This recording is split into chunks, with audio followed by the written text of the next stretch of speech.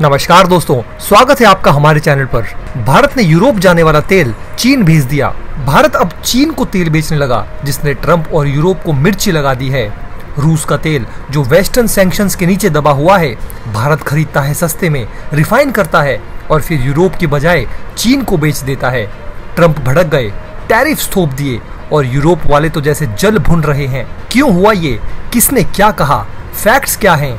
और क्या ये भारत, चीन और रूस की बढ़ती दोस्ती को इशारा कर रहा है? सब कुछ आज हम डिटेल में समझाएंगे। इस समय पूरी दुनिया में एक बड़ा ग्लोबल पावर गेम खेला जा रहा है। अगर आपको लगता है कि भारत कमजोर है तो रुकिए, हम दिखाएंगे कैसे भारत ने सबको चौंका दिया। क्या भारत का ये मूव सही है? और क्या ट्रंप का भारत पर टैरिफ लगाना भारत को नीचे दबाएगा या नहीं? आज सब कुछ डिस्कस करेंगे। लेकिन दोस्तों, आगे बढ़ने से पहले कमेंट बॉक्स में भारत माता की जय और वंदे मातरम जरूर लिखें।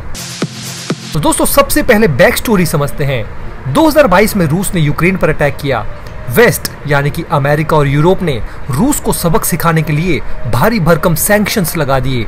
सबसे बड़ा हथियार ऑयल सैंक्शन। रूस दुनिया का दूसरा सबसे बड़ा ऑयल प्रोड्यूसर है, रोज 11 मिलियन बैरल तेल निकालता है। लेकिन सैंक्शंस में कहा गया, रूस का तेल मत खरीदो या प्राइस कैप $60 प्रति बैरल से ऊपर मत दो। क्यों? क्योंकि रूस की 40% इकोनॉमी ऑयल और गैस पर डिपेंड करती है। अगर तेल नहीं बिकेगा तो पुतिन की वॉर मशीन रुक जाएगी। लेकिन क्या हुआ?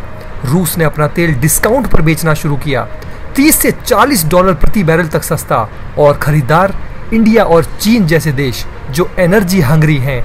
2021 में इंडिया रूस से सिर्फ 0.1 मिलियन बैरल प्रतिदिन तेल खरीदता था। 2024 तक ये बढ़कर 1.9 मिलियन बैरल हो गया, यानी कि 19 गुना बढ़ोतरी। चीन ने भी 50% बढ़ाया, 2.4 मिलियन बैरल तक। ये डेटा दिखाता है कि अगर इंडिया और चीन रुक जाएं तो रूस की इकोनॉमी क्रैश हो सकती है। यूरोप ने रूस से डायरेक्ट ऑयल इंपोर्ट बंद कर दिया, लेकिन इंडिया से रिफाइंड प्रोडक्ट्स खरीदते रहे। मतलब रूस का कच्चा तेल इंडिया आता, यहाँ रिफाइन होता और डीजल पेट्रोल यूरोप जाता। यूरोप कहता है सैंक्शंस, लेकिन इंडियन रिफाइनरीज से माल लेते हैं। अब आते हैं इंडिया पर। तो दोस्तों, इंडिया दुनिया का तीसरा सबसे बड़ा ऑयल इंपोर्टर है। 85% तेल बाहर से आता है। पहले मिडिल ईस्ट से महंगा तेल खरीदते थे, लेकिन रूस के सैंक्शन ने गोल्डन चांस दिया। इंडिया ने रूस से यूराल्स क्रूड खरीदा, जो मार्केट रेट से 20 से 30% सस्ता था। फाइनेंशियल ईयर 2024-25 में इंडिया ने रूस से $50.2 बिलियन का तेल खरीदा, जो कुल क्रूड इंपोर्ट का 35% है। इससे इंडिया को क्या फायदा? ऑयल बिल कम हुआ, इन्फ्लेशन कंट्रोल रहा और रिफाइनरीज जैसे रिलायंस, नायारा ने प्रॉफिट कमाया। इंडियन रिफाइनरीज रूस के हैवी क्रूड को हैंडल कर सकती है। रूस का तेल इंडिया आता है, रिफाइन होकर डीजल जेट फ्यूल बनता है और एक्सपोर्ट होता है यूरोप, अमेरिका को। 2023-24 में इंडिया ने 1.5 मिलियन बैरल प्रतिदिन रिफाइंड प्रोडक्ट्स एक्सपोर्ट किए, जिनमें 40% यूरोप गया।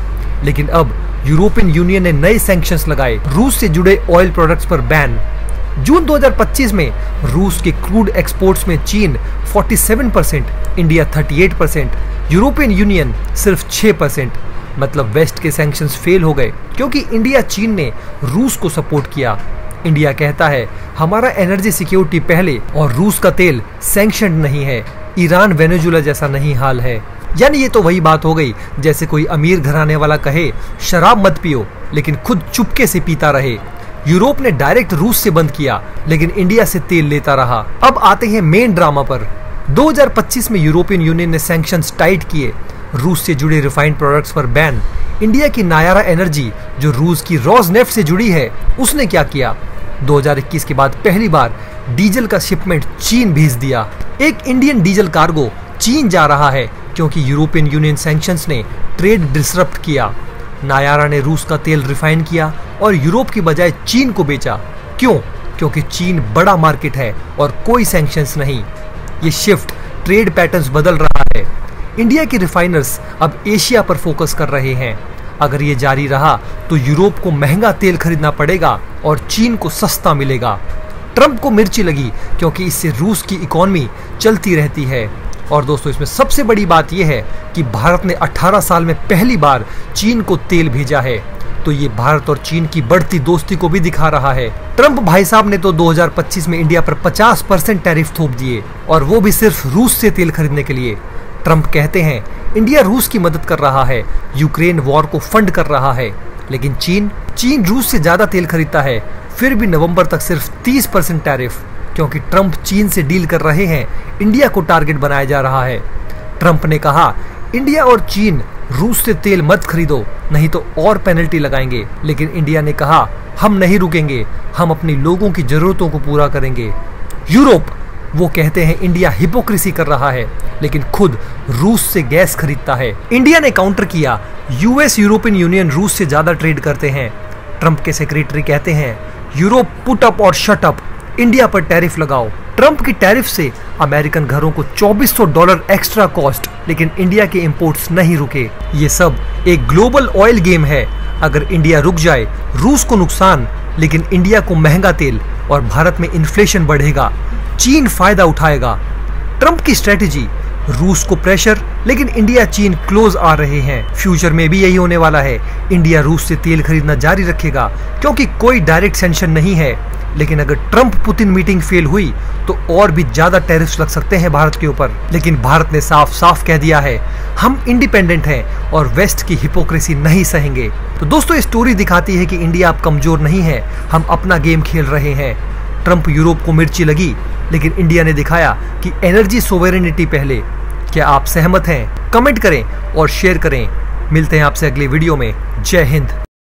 दोस्तों, अगर आप हमारे काम को पसंद करते हैं और हमारी खबरें आपको पसंद आती है तो हमारे इस चैनल को सब्सक्राइब किए बिना बिल्कुल भी मत जाइएगा। हमारे इस उभरते हुए चैनल को सपोर्ट कीजिए और आपका एक एक सब्सक्राइब हमारे लिए बहुत मायने रखता है।